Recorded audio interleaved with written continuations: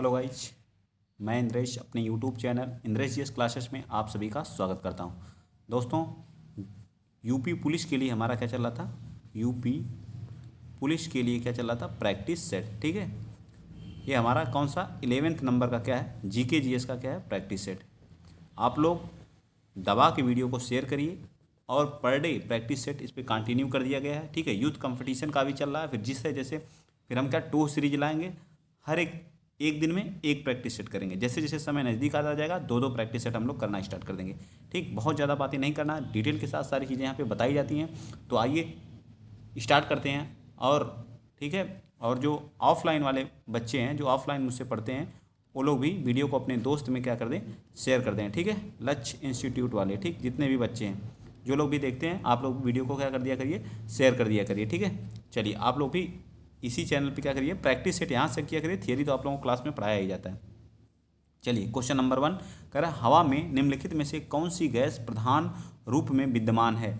हवा में कौन सी गैस प्रधान रूप से विद्यमान है? हवा में कौन सी प्रधान रूप से विद्यमान है, इसको बताना है। तो आप लोगों को पता है, जो हमारी एयर होती है, एयर में एयर जो हमारी होती है, इसमें सबसे ज़्यादा क्या हमारी पाई जाती है?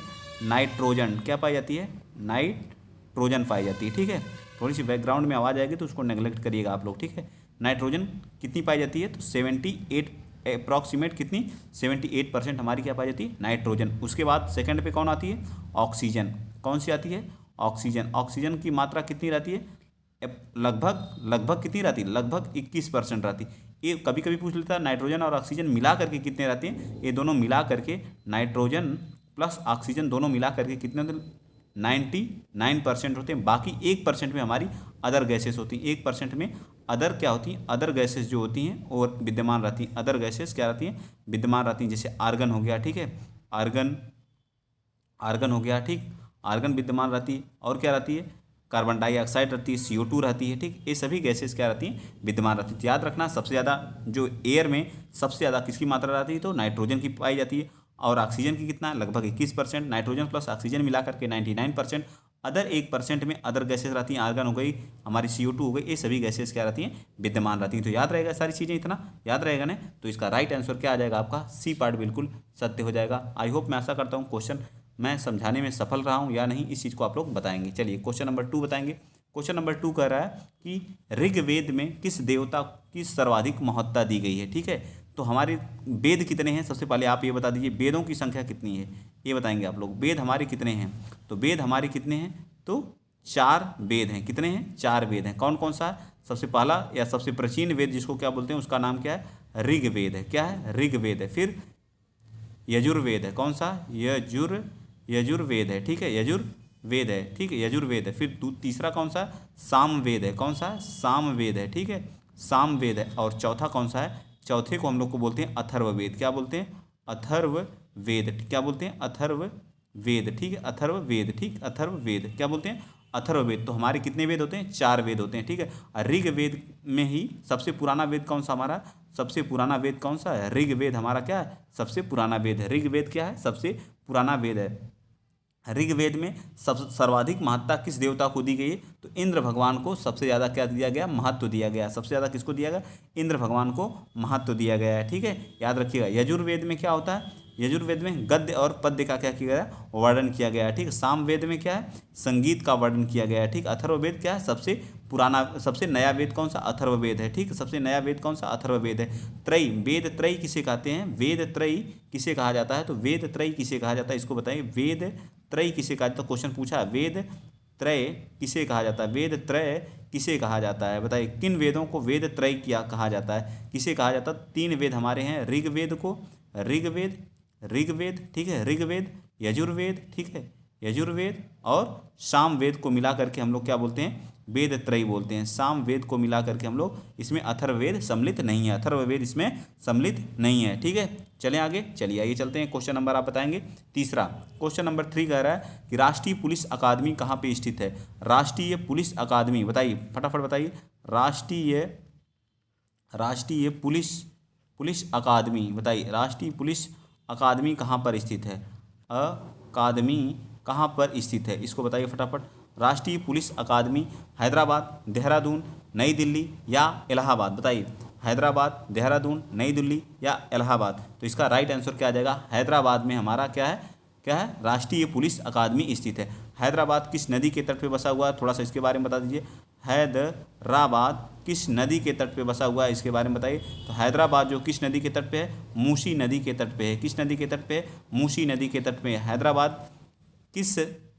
किस राज्य की राजधानी है, तेलंगाना की राजधानी कहाँ है, तेलंगाना की राजधानी कहाँ है, हैदराबाद है। तेलंगाना की कैपिटल कहाँ है, हैदराबाद है, ठीक है, हैदराबाद है, ठीक है। तेलंगाना का निर्माण कब हुआ था, तो 2 जून 2014 को एक हमारा नया राज्य बना था, कौन सा, तेलंगाना, ठीक है। एक नया राज्य बना था, कौन सा, तेलंगाना, 2 जून 2014 को। याद रखिएगा राष्ट्रीय पुलिस अकादमी कहाँ पे है, हैदराबाद में। हैदराबाद किस नदी के तट पे बसा हुआ, मूसी नदी के तट पे। हैदराबाद किसकी राजधानी है, तेलंगाना की। तेलंगाना का किसका कब निर्माण हुआ था, 2 जून 2014 को, ठीक है। बगल में थोड़ा सा कारपेंटर का काम हो रहा है तो उसको आप लोग नेग्लेक्ट करिएगा, आवाज़ आएगी, ठीक है। चलिए आगे चलते हैं, इसका ए पार्ट क्या हो जाएगा, सत्य हो जाएगा, ठीक है। नेक्स्ट क्वेश्चन चलते हैं। क्वेश्चन आप बताएंगे चौथा, क्वेश्चन नंबर 4 बता दीजिए। यहाँ पे सारी चीज़ें मैं डिटेल से बताने की कोशिश करता हूँ, ठीक। अगर आप लोग कहेंगे डिटेल से सर ना बताइए तो डिटेल से नहीं भी बताया जाएगा, ठीक है, क्योंकि आप लोगों को बस क्वेश्चन करना है तो भी बता दीजिए। निम्नलिखित में से किस भारतीय पुरातन ग्रंथ में अपराध और अपराधी का जिक्र है, अपराध और अपराधी का, अथर्वशास्त्र में, अर्थशास्त्र में, मनुस्मृति में, न्याय संहिता में या उपर्युक्त में से सभी में, बताइए। इसका राइट आंसर बताइए 4 का। तो 4 का राइट आंसर क्या आ जाएगा, इन सभी में क्या किया गया है, अपराध की बातें की गई है, ठीक है। नेक्स्ट क्वेश्चन आप बताएंगे 5। क्वेश्चन नंबर 5 का हमारे राज्य में 1090 में किस नाम से जाना जाता था, 1090 में किस नाम से, हमारे राज्य में 1090 को किस नाम से जाना जाता है, ठीक है। वुमेन हेल्पलाइन नंबर बोलते हैं, क्या इसको बोलते हैं, वुमेन हेल्पलाइन नंबर, ठीक है, हेल्पलाइन नंबर है, ठीक है, वुमेन हेल्पलाइन नंबर। जब अखिलेश की सरकार थी, हमारे कौन थे, सीएम थे अखिलेश यादव, तब इसको क्या किया गया था, चलाया गया था, ठीक है। वर्तमान में भी ये जारी है, ठीक है, वर्तमान में भी जारी है। सीएम कौन है यूपी का, सीएम कौन है यूपी का, बताइए। योगी आदित्यनाथ जी हैं, कौन है, योगी आदित्यनाथ जी हैं। गवर्नर कौन है, गवर्नर कौन है वर्तमान में यूपी का, बताइए। वर्तमान में यूपी का गवर्नर कौन है, आनंदीबेन पटेल जी हैं, आनंदीबेन पटेल जी हैं, ठीक है। तो किसके लिए था, वुमेन पावर लाइन के लिए था, वुमेन हेल्पलाइन के लिए, सॉरी वुमेन हेल्पलाइन के लिए था, ठीक है।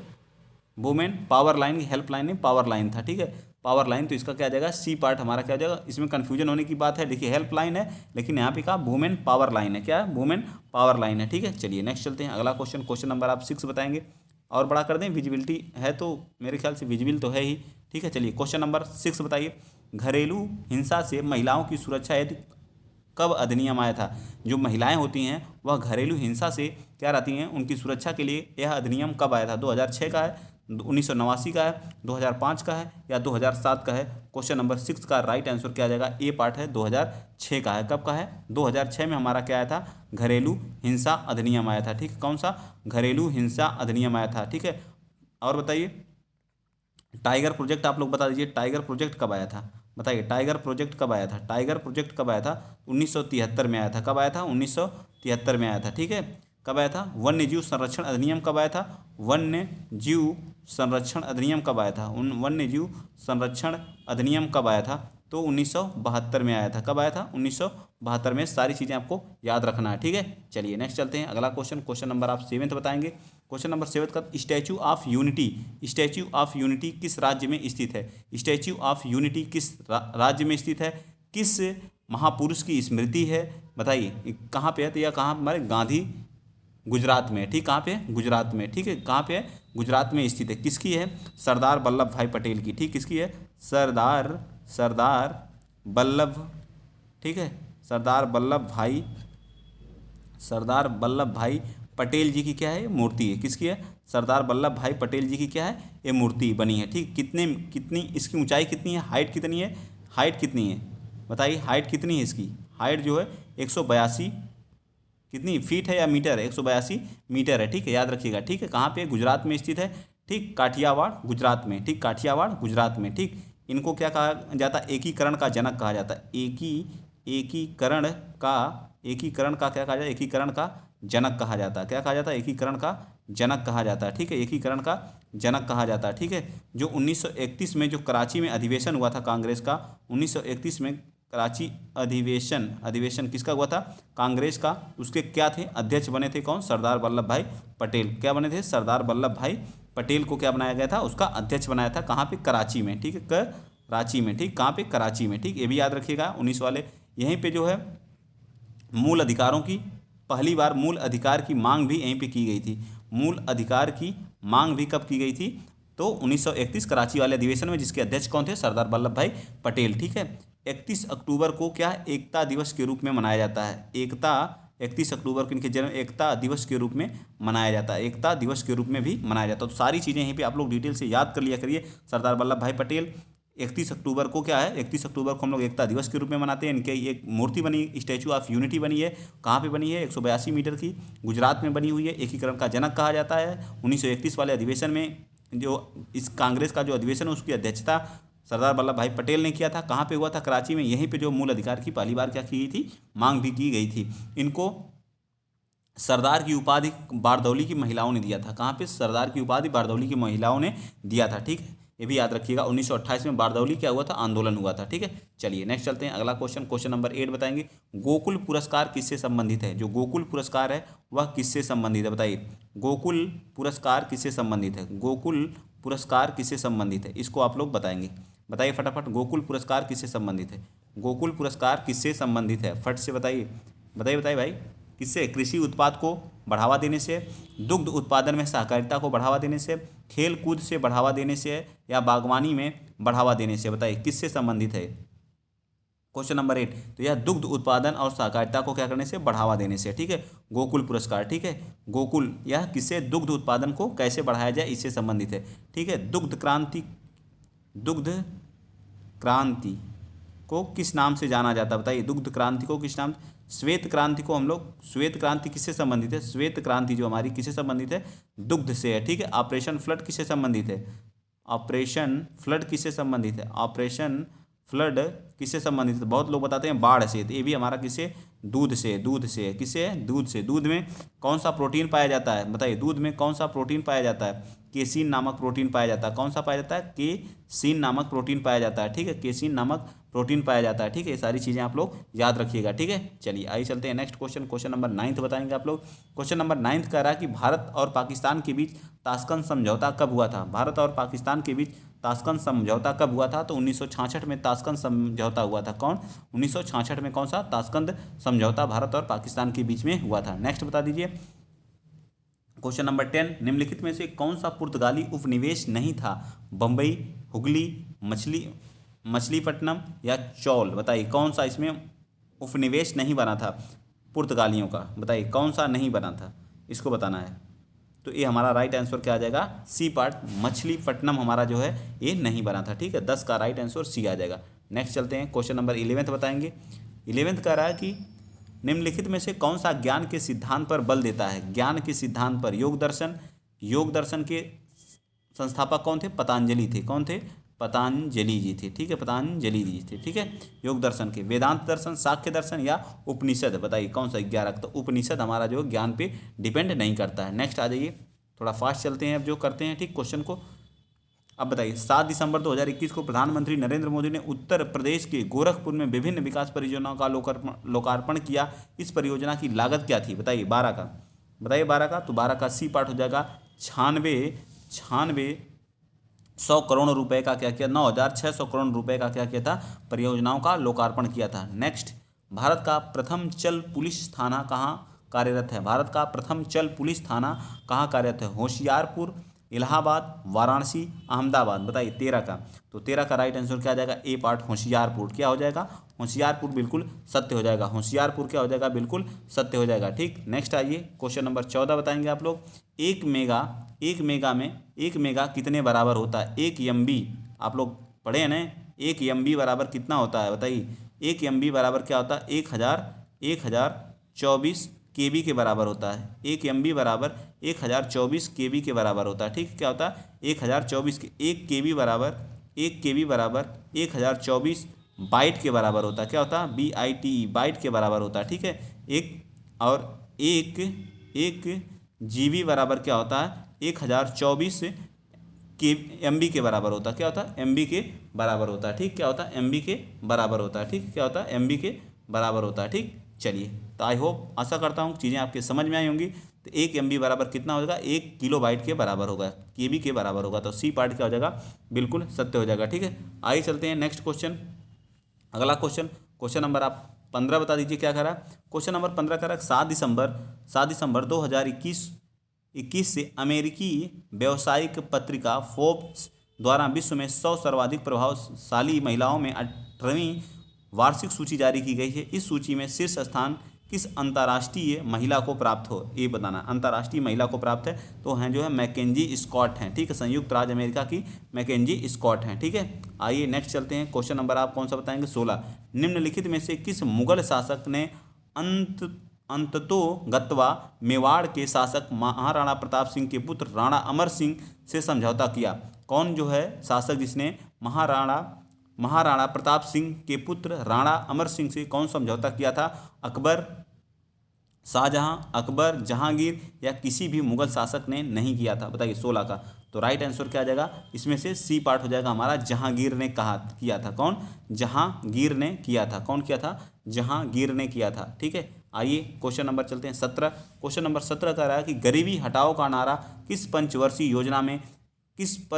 योजना के काल में दिया गया था? गरीबी हटाओ का जो है नारा, यह जो 5वीं पंचवर्षीय योजना थी हमारी, 5वीं पंचवर्षीय योजना थी। कौन सी? 5वीं पंचवर्षीय योजना थी। 5वीं पंचवर्षीय योजना में दिया गया था। ठीक है, राइट आंसर क्या हो जाएगा?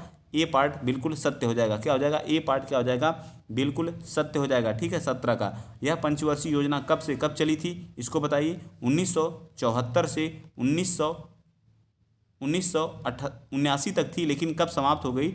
ये 1978 में क्या हो गई? बंद हो गई। 4 साल तक यह योजना चली थी। कितने? 4 ईयर तक चली थी। कभी कभी पूछता कौन सी योजना थी जो 4 साल तक चली थी? वो हमारी 5वीं पंचवर्षीय योजना थी, यह भी याद रखिएगा। ठीक है, फर्स्ट पंचवर्षीय योजना कब से कब स्टार्ट हुई थी? 1951 से 56 तक चली थी पहली पंचवर्षीय योजना। ठीक है, और सेकेंड वाली कब से कब थी? तो 1956 से कब तक थी? 1961 तक थी। ठीक है, और थर्ड वाली कब से कब थी बताइए? 1961 से 1966 तक थी। ठीक है, और फोर्थ वाली कब से कब थी बताइए?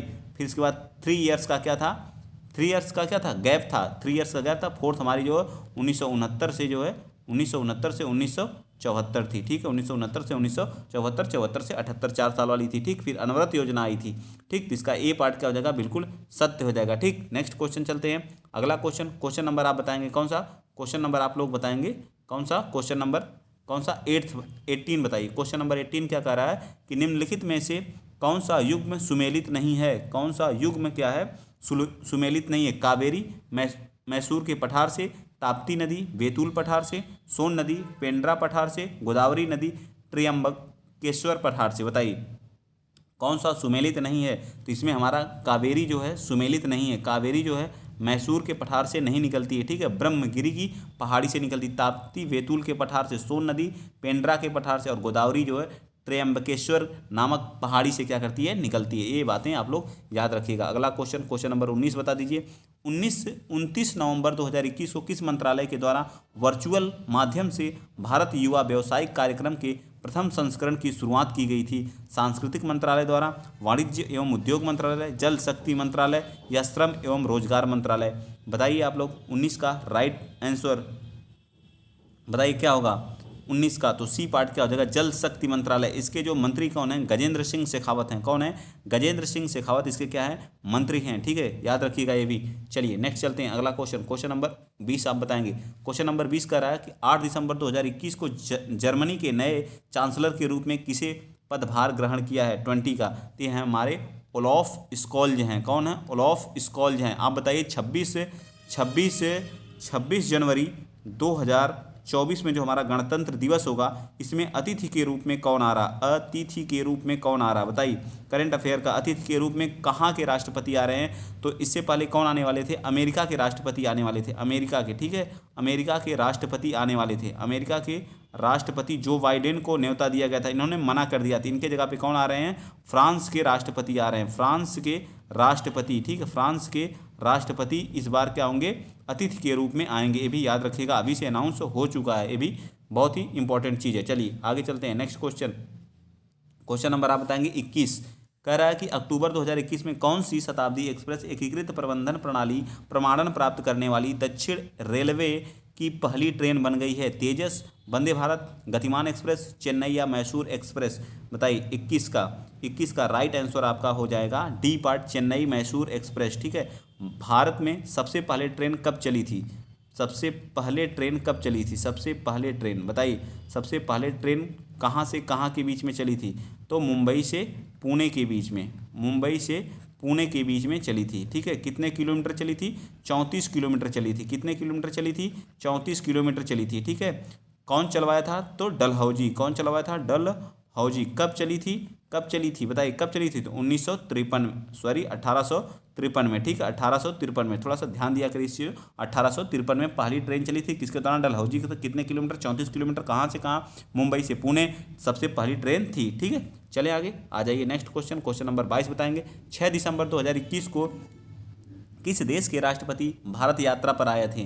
बताइए 2021 में किस देश के राष्ट्रपति भारत यात्रा पर आए थे? तो रूस के थे। ठीक, कौन से? रूस के थे। ठीक। नेक्स्ट क्वेश्चन, अगला क्वेश्चन, क्वेश्चन नंबर कौन सा? 23 बताएंगे। ऑपरेशन ग्रीन संबंधित है बागवानी से, पौधों के रोपण से, आलू टमाटर व प्याज की कीमतों में उतार चढ़ाव को रोकने हेतु, या कृषि उर्वरता बढ़ाने हेतु? बताइए 23 का। तो ये हो जाएगा सी पार्ट, आलू टमाटर प्याज की कीमतों के उतार चढ़ाव को रोकने हेतु ऑपरेशन ग्रीन चलाया गया था। ठीक है, क्या? ऑपरेशन ग्रीन चलाया गया था। ठीक, चलिए आगे बताएंगे। गोबर धन योजना संबंधित है। गोवर्धन योजना जो है किससे संबंधित है? 24 का।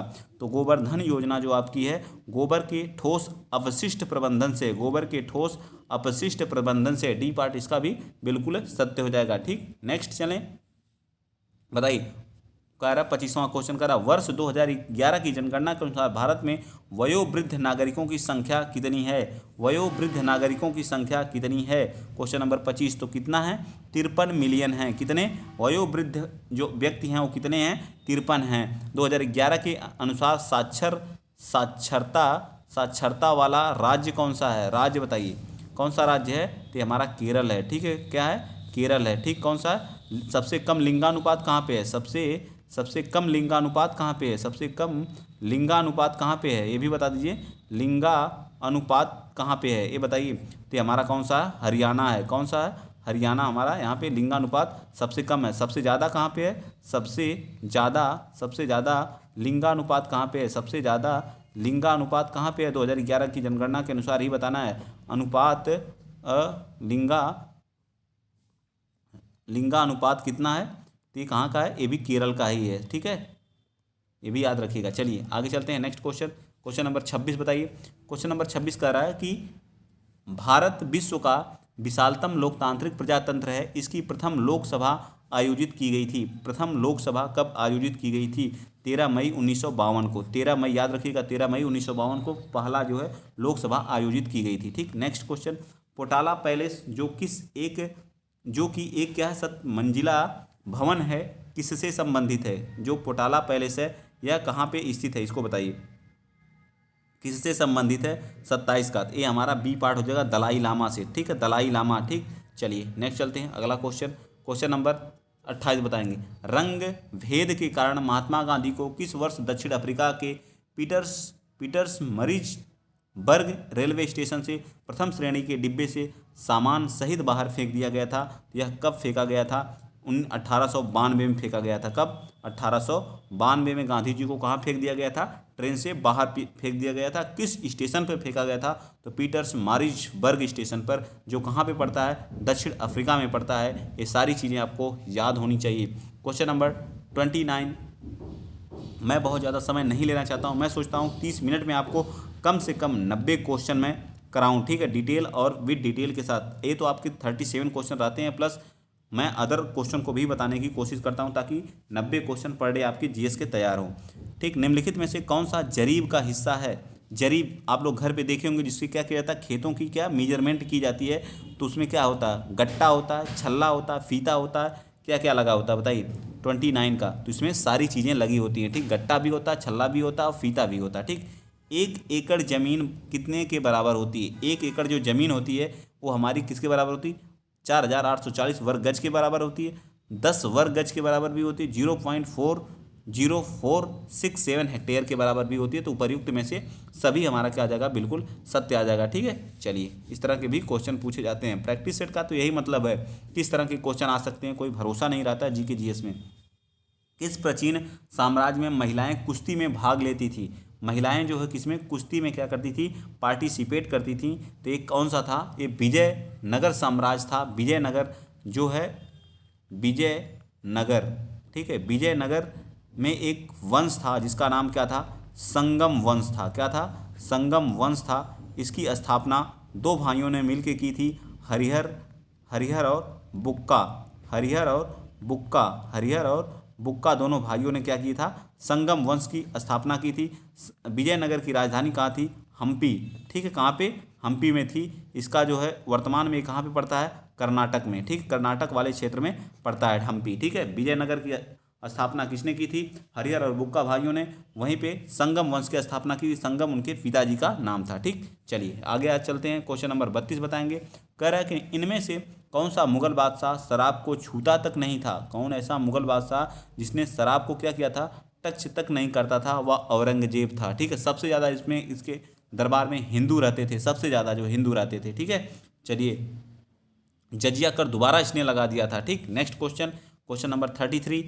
भक्ति आंदोलन के उत्तर भारत में लाने का श्रेय इनमें से किसे कहा जाता है? बताइए, भक्ति आंदोलन सबसे पहले कहाँ, दक्षिण में स्टार्ट हुआ था। ठीक है, भक्ति आंदोलन कहाँ पे, दक्षिण भारत में स्टार्ट हुआ था। ठीक, इसको उत्तर भारत में लाने का श्रेय किसे जाता है, तो रामानंद जी को जाता है। ठीक, किसको जाता है, रामानंद जी को जाता है। भक्ति शाखा दो भागों में बटी हुई है, एक निर्गुण, एक क्या होता है, सगुण। ठीक, क्या होता है, एक सगुण में। ठीक है, निर्गुण में कौन आते हैं, कबीरदास जी आते हैं। ठीक, कबीरदास जी आते हैं। ठीक है, कबीरदास जी आते हैं। ठीक, और इसमें जो है हमारे मीराबाई आती हैं, रसखान जी आते हैं, ये लोग आते हैं। ठीक है, चलिए तो इसका राइट आंसर क्या आ जाएगा, सी पार्ट बिल्कुल सत्य हो जाएगा। क्या हो जाएगा, सी पार्ट 33 का सही हो जाएगा। नेक्स्ट क्वेश्चन नंबर आप बताएंगे कौन सा, 34।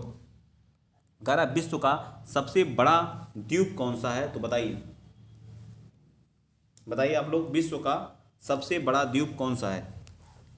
बोर्नियो है, अंडमान निकोबार है, या ग्रीनलैंड है? तो विश्व का सबसे बड़ा द्वीप कौन सा है, ग्रीनलैंड है। कौन सा है, ग्रीनलैंड है, याद रखिएगा कौन सा है, ग्रीनलैंड है। ठीक है, चले आगे, चलिए बताइए 35 बताइए। एक घंटे में समयांतर में देशांतरी दूरी होगी। एक घंटे में समयांतर में देशांतरीय दूरी होगी, बताइए कितनी होगी? एक घंटे में समयांतर में देशांतरीय दूरी कितनी होगी, 35 का? तो हमारा क्या होगा, 15 डिग्री होगी। ठीक, चलिए आगे बताइए 36, क्वेश्चन नंबर 36। करक धुंध जो नमी के बड़े कणों से बना है, धुंध होता है, कुहरा होता है, वो क्या बनता है, बड़े कणों से बना है, कहलाता है कुहरा, ओस, बादल, या उपर्युक्त में से कोई नहीं। 36 का तो क्या आ जाएगा, कुहरा हो जाएगा। क्या आ जाएगा, कुहरा आपका राइट हो जाएगा। 37। तेज हवाओं द्वारा किस प्रकार की मिट्टी उड़ा करके आती है और जमा हो जाती है? तेज हवाओं द्वारा किस प्रकार की मिट्टी उड़ाकर आती है, और पीली मिट्टी आती है, लाल मिट्टी आती है, काली मिट्टी, कौन सबसे हल्की होती है? तो बलुई मिट्टी कौन होती है, बलुई मिट्टी होती है। ठीक है, ये तो आराम से आप कर सकते हैं। ठीक है, चलिए तो कभी मिट्टी पे आएगा क्वेश्चन जो है तो उसको हम करा देंगे डिटेल के साथ। ठीक है, कितने प्रकार की मिट्टी होती है, किस मिट्टी में क्या किस उत्पादन के लिए जानी जाती है, जलोढ़ मिट्टी हो गई, काली मिट्टी हो गई, लाल मिट्टी हो गई, लेटराइट मिट्टी हो गई, अम्लीय मिट्टी हो गई, क्षारीय मिट्टी हो गई। ठीक है, ये सारी चीज़ें हम करवा देंगे। जल हस्तांतरण के सिद्धांत की खोज का उसका प्रतिपादन इनमें से किसने किया था? न्यूटन ने, आर्किमिडीज ने, जॉन डाल्टन ने, या केपलर ने? 38 का तो कौन किया था, आर्किमिडीज ने किया था। ठीक है, आर्किमिडीज ने किया था। किसका, जल हस्तांतरण के सिद्धांत की खोज का प्रतिपादन किसने किया था, आर्किमिडीज ने किया था। ठीक, तो आप बताएंगे आपके 38 में से कितने सही हुए। जो मेरे ऑफलाइन के बच्चे हैं वो भी यहाँ पे क्लास को देखते हैं और प्रैक्टिस सेट करते हैं, तो आप लोग भी कमेंट में बताया करिए कितने आपके सही हुए, और कमेंट में एक बार जरूर लिख के जाया करिए कि सर और नया प्रैक्टिस लाइए, बताइए कुछ। आप लोग क्या करेंगे, मोटिवेट करेंगे तो और अलग अलग टॉपिक जो अलग अलग क्या है प्रैक्टिस सेट यहाँ पे कराए जाएंगे। ठीक है, तो आज के लिए इतना ही। वीडियो अगर अच्छा लगा तो वीडियो को शेयर करिएगा, चैनल को सब्सक्राइब कर लीजिएगा। जय हिंद, जय भारत।